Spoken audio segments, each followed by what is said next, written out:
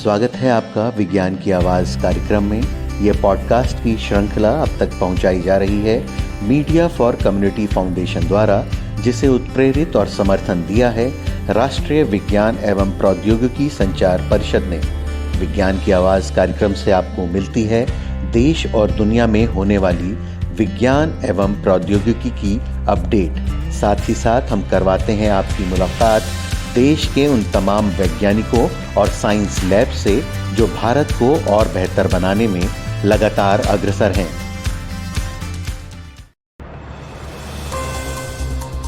आज के top science update. Ranchi में हुआ विज्ञान और प्रौद्योगिकी मंत्रालय द्वारा सतत ऊर्जा के लिए सामग्री विषय पर 2 दिवसीय G20 शिखर सम्मेलन का आयोजन। रांची में 2 मार्च को विज्ञान और प्रौद्योगिकी मंत्रालय द्वारा सतत ऊर्जा के लिए सामग्री विषय पर 2 दिवसीय G20 शिखर सम्मेलन का आयोजन किया गया। G20 देशों के वैज्ञानिक और शोधकर्ता शिखर सम्मेलन में research and innovation initiative gathering सम्मेलन में विज्ञान, प्रौद्योगिकी, नवाचार, नवीकरणीय, हरित ऊर्जा और 21वीं सदी की चुनौतियों पर चर्चा की गई। डीएसटी के सचिव डॉक्टर एस चंद्रशेखर ने रांची में G20 शिखर सम्मेलन के आयोजन पर अपनी प्रतिक्रिया दी। उन्होंने कहा कि झारखंड खनिज संपदा से परिपूर्ण राज्य है और G20 देशों के प्रतिनिधियों द्वारा चर्चा से यहां शोध की संभावना बढ़ने के साथ वैश्विक बाजार की संभावनाएं भी बढ़ेंगी। स्पेन में मिला सबसे पुराना मानव जीनोम। मीडिया में आई एक रिपोर्ट के अनुसार वैज्ञानिकों ने 23,000 साल पुराने एक व्यक्ति के सबसे पुराने मानव जीनोम की रिपोर्ट दी है, जो पिछले हिमयुग के चरम पर यूरोप का शायद सबसे गर्म स्थान था। अध्ययन ने दक्षिण स्पेन से आज तक के सबसे पुराने जीनोम के साथ साथ स्पेन के शुरुआती किसानों के 7,000 से 5,000 साल पुराने जीनोम की सूचना दी। शोधकर्ताओं की अंतर्राष्ट्रीय टीम ने दक्षिण स्पेन के अंडालूसिया के कई पुरातात्विक स्थलों से प्राचीन मानव डीएनए का विश्लेषण किया है। शोधकर्ताओं ने कहा कि स्पेन के दक्षिण सिरे से बरामद सबसे पुराना मानव जीनोम पहेली का एक महत्वपूर्ण टुकड़ा यूरोप के आनुवंशिक इतिहास से जोड़ता है।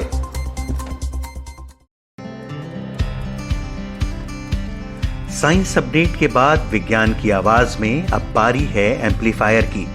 एम्पलीफायर में हम करवाते हैं आपको रूबरू विज्ञान एवं प्रौद्योगिकी के विविध क्षेत्रों में अपने अत्याधुनिक अनुसंधान एवं विकास जनाधार के लिए ज्ञात वैज्ञानिक तथा औद्योगिक अनुसंधान परिषद की राष्ट्रीय प्रयोगशालाओं से तथा भारतीय कृषि अनुसंधान परिषद की प्रयोगशालाओं से।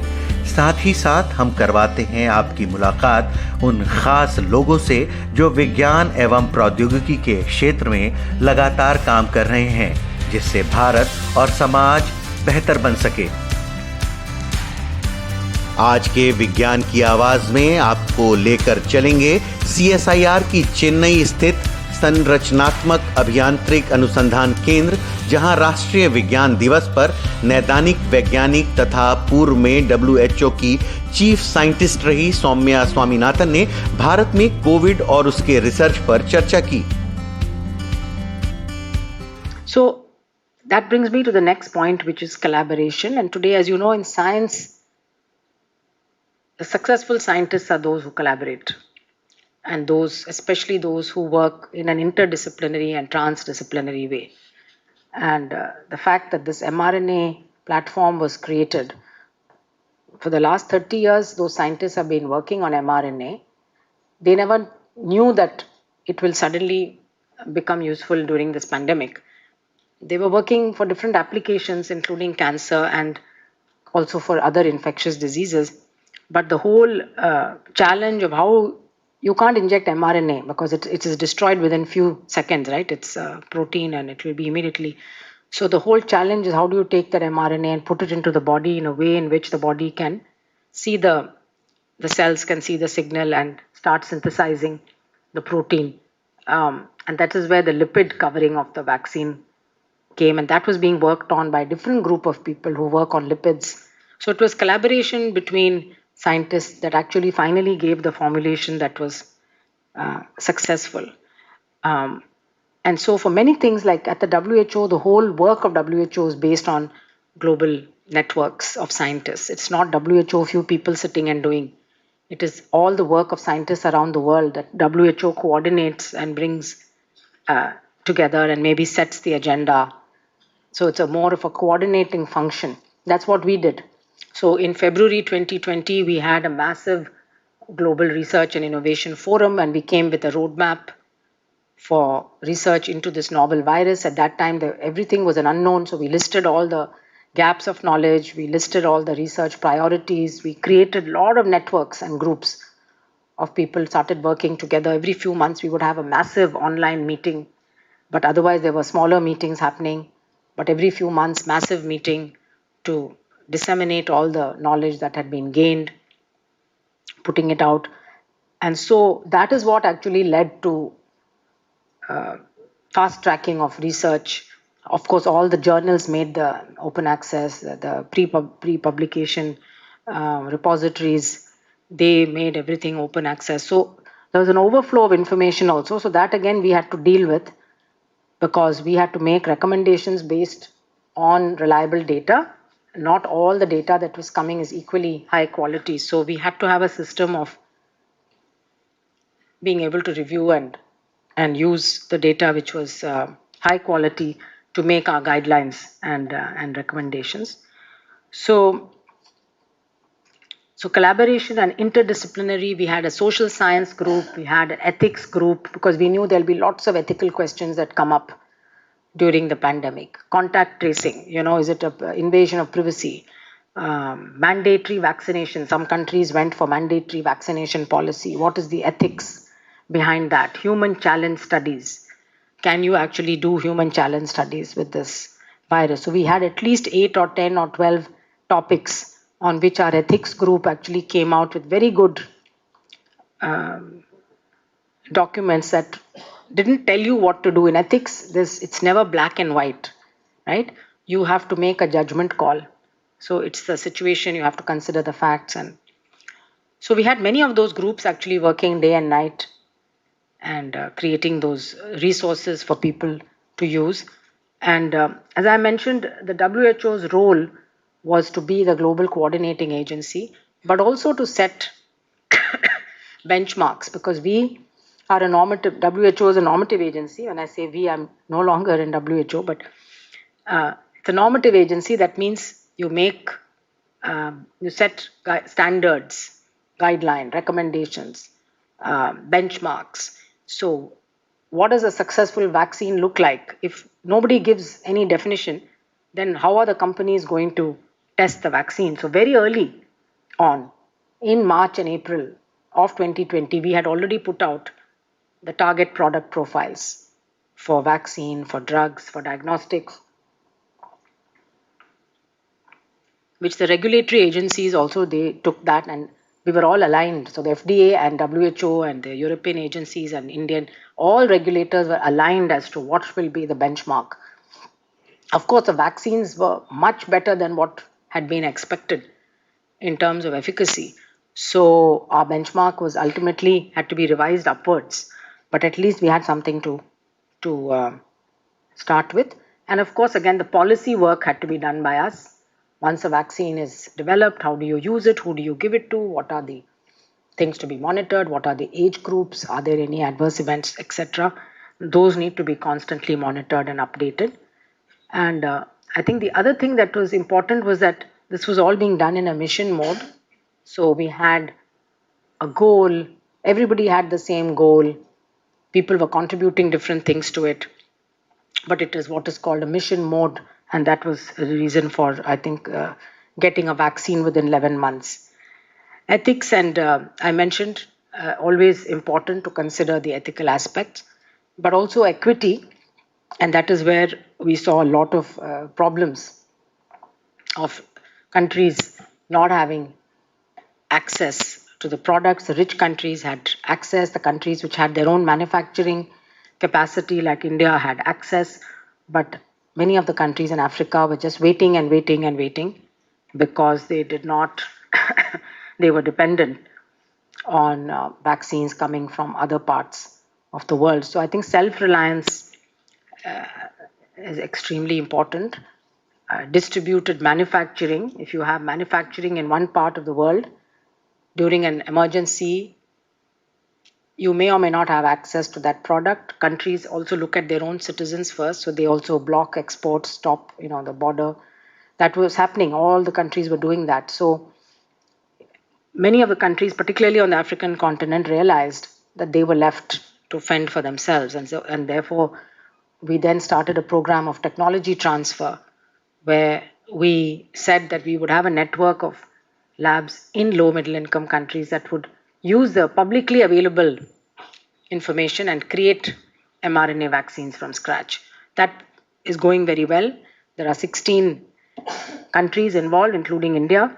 The hub is in South Africa, and I hope that in the next few years we will see a lot of new innovation coming from this network. It's completely a South-South kind of collaboration that we actually initiated and set up. Everybody told me at that time that this was a failure, this is going to not work, ridiculous idea, nobody is going to support it. But today everybody thinks it's a good idea and they want to support it. Of course, there are lots of issues. It's not an easy thing to do, and especially when you have big pharma involved, there's likely to be issues around IP and patents and legal, and all that will have to be navigated. But the idea is, if there is a need for a product which saves lives, then that product must be available to everybody. It should not be in the hands of few companies who are maximizing profits. So that was the philosophy behind the mRNA technology transfer program that we started. So equity has to be also at the heart of things we do in India as well, because within countries also there is inequity. It's not only between countries, right? Even if you look within the country, you can see the inequity in access to services, including access to healthcare and products. So when we generate some new knowledge, we have to think about how do we make it available to people at an affordable way, in an equitable way, and that is especially for people who are doing government funded science. We are using taxpayer money, right, to do the science, and therefore the returns must also go to the public. Regulatory science is very important. I think it is not given enough priority, because when you create a new product, it has to move through a pathway for regulation, whether it's a drug or a vaccine, or whether it's some new digital product or a medical device. It has to be regulated. Anything which can affect human health needs to go through a medical regulator. And so the regulatory science is also advancing a lot. It did advance a lot during the pandemic. There was a lot more collaboration, a lot more thinking about how to accelerate licensing of products in a safe way. Because people often ask me, how can we be sure that these vaccines are safe? They were developed so quickly, started using them so quickly. Today we know 14, 15 billion doses of the vaccine have been administered around the world. Yes, there are side effects, but if you look at the benefits and the lives saved, then the side effects comparatively are minor and can be acceptable, because nothing is going to be 100% safe. So it's always a balance between benefit and risk. Whenever you take a medicine, it's a balance between benefit and risk. So that needs to be explained also to people, and the regulators need to be very clear about how they go about regulating, approving something, or giving emergency approval. If people don't understand the process, then there will always be doubt. The last two lessons really, one is around community engagement, community participation. You see that in many countries, a vaccine hesitancy has meant that despite vaccine being available, people are not taking it, right? In fact, I recently saw that in 2 states in America, their courts have, or their government, local government has actually said that they won't give COVID vaccine. So it became a strangely political thing, but it also fueled a lot of hesitancy in people, because people got confused when they heard all these different things. And so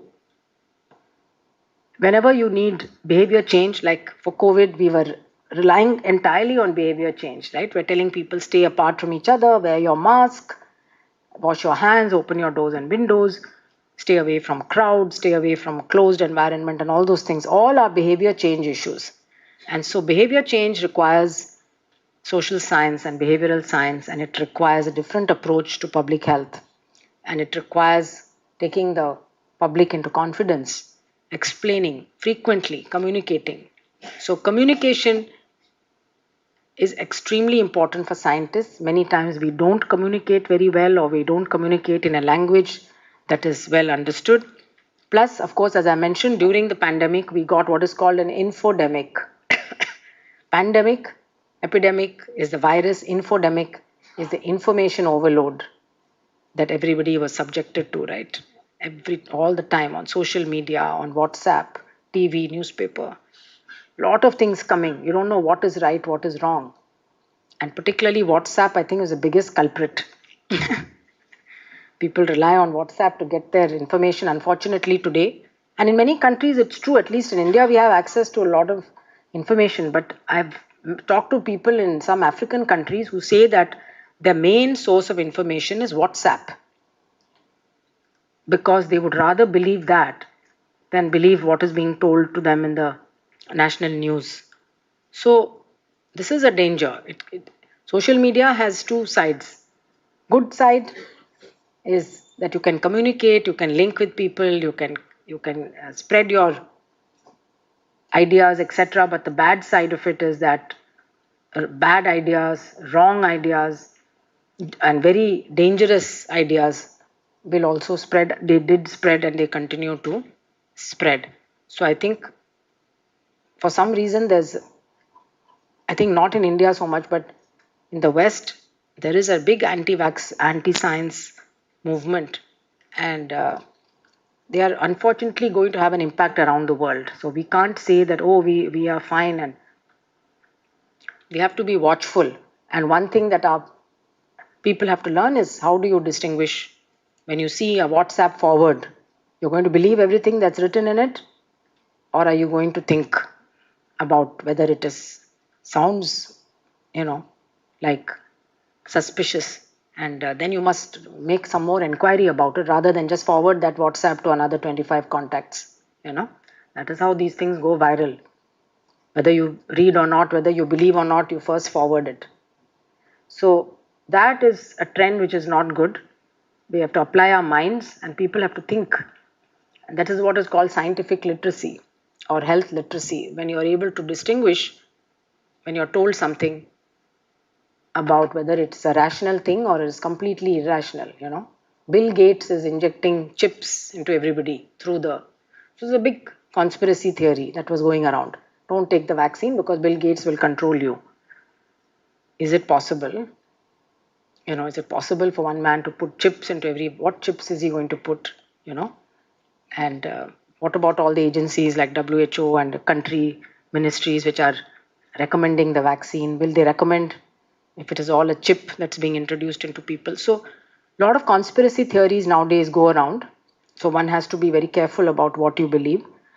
And that, has to start with a good science education, I think, in schools. And just learning how to think and distinguish. So communication is extremely important. I think maybe for scientists, we don't have any training. We don't have, so I think this is a lesson for us as well, because it's not only health, but all aspects of science need to be communicated to public. Because today, like whether it's environment or climate change, or building or road construction, or why you want to do certain things in a certain way, really needs to be communicated. So I think that is something for the future that we need to work on more. But particularly when you have an emergency situation, then that communication becomes even more important. Now, whether it's a natural disaster or whether it's a pandemic or something else, there needs to be very well coordinated and clear communication to people to keep down the panic, but at the same time, you're giving them the right information, telling them what they should do and why they should do it. So I think that to me were most of the lessons of the pandemic, and the only satisfaction for me, of course, it was terrible to keep on seeing all the news from around the world and see the suffering that people were going through.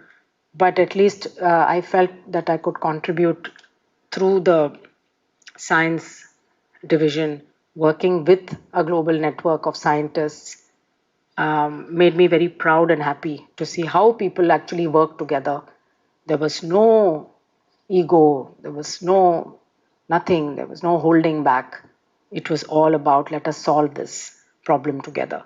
So that is why it makes me believe, very optimistic, that when we want to, actually as scientists, we can come together and solve many of the issues that face us today. It just needs the will, and it needs some leadership, and it needs coordination. But I think that gives a lot of hope. And many young people are also now getting into science. So that's again a very good trend. I think science got a lot of importance during the pandemic, and people have started seeing the value of this. So thank you very much for inviting me to share my views, and I wish you all a happy National Science Day.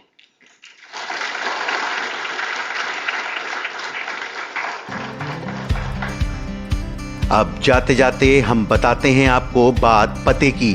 क्या आप जानते हैं पृथ्वी एकमात्र ऐसा ग्रह है जिसके वायुमंडल में 21% ऑक्सीजन है और इसकी सतह पर तरल पानी है।